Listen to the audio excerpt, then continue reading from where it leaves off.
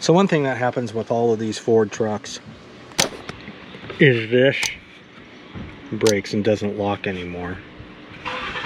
And so I'm going to replace this. There's a little pin in there that must be driven out. And the kits aren't too bad, especially if you go stock, which I always like to do. I could have spruced it up and went with the bill of aluminum, but this is everything that you need. New pin, new button, and then a spring in here. That's the hardest part. The spring goes on this side right here. It doesn't really lock in. So we're going to drive out the pin so we can get the old one off and try and install the new one and hope it works out, okay? All right, hang loose. Okay, I'll show you. I just did this one real quick as a practice. You can see here now it locks. This is the new one. I drove it out this way through the bottom, but the best way to get this on is to drive it, just to flip it and drive it through here. You can see it locks now. There's a couple of things you need to know. When you take this off, there's a little spring inside here. I'll show it to you on the other side now that I've got a pretty good idea of how to do this. And it will pop off if you're not careful. Now, if you got a kit, you don't need the spring and you're not going to need the pin to drive back in. But, you know, just be careful because this is under pressure and you have to push this on to get the pin in so it stays locked in position and doesn't fly off because of that spring. So we'll show you on the other side. Now this is the driver's side. You can tell this one here, I mean, it's not even pretending to work. So I'll probably drive it through here, out the bottom, take some pliers, grab it, and just sort of work it out so everything doesn't pop off. But the first thing I'm going to do here is I'm going to take some blaster and I just soak this pin a little bit, give it a little bit of lubrication to get it out.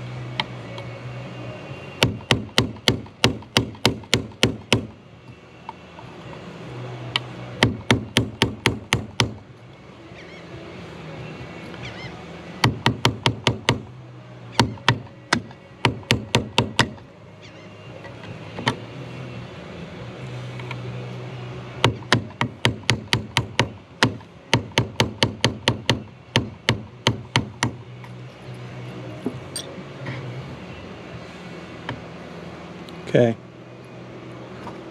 and then this thing should just pop off. There it is. And there's the spring right inside there. So what I do here is, man, this was rusty, so I'm going to take some steel wool and I'm going to clean all this up. And then what I'll do to put the new one on, I put some super lube inside of it and everything to keep it all nice and greased up. Okay, it's starting to rain here a little bit, so I gotta, it doesn't take too long, but I gotta be a little bit, oh, what's the word? Quick.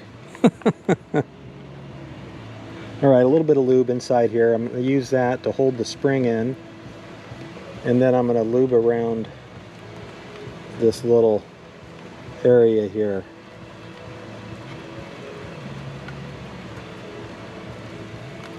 It's kind of it's a thick grease, which means it'll last a good long time. Okay, this goes on here, and you can see here that you see here it's sprung, so you need to be really careful. And then pin. Got to be careful with this too, or you'll lose it.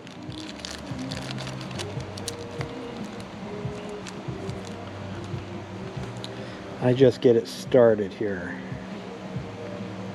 Just a little tap to get it started. And push it on.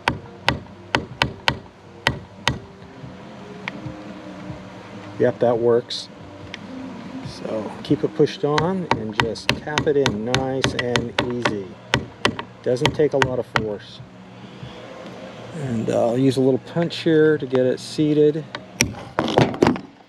And then of course I'll lose my camera. And I'm just taking a very small screwdriver to get it just below the surface here. Okay, that's it. Look, there we go. Uh-oh. Yeah, it took a few tries for it to get in there, but now it's working. I mean, it was really kind of gummed up in there. There we go. It might take a few tries for you to get this locked in, you know what I'm saying? But now you can hear it locks down great. And get that grease working around in there, and then everything works pretty smoothly as it should. All right, there we go. That's it. And that's how you do repair these wing windows, which are, I gotta say, I really miss them.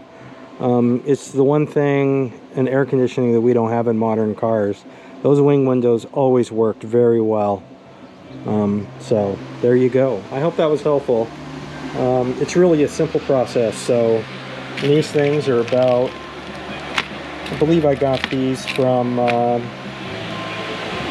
think I got them from the Bronco Graveyard. So these things are great. Highly recommend.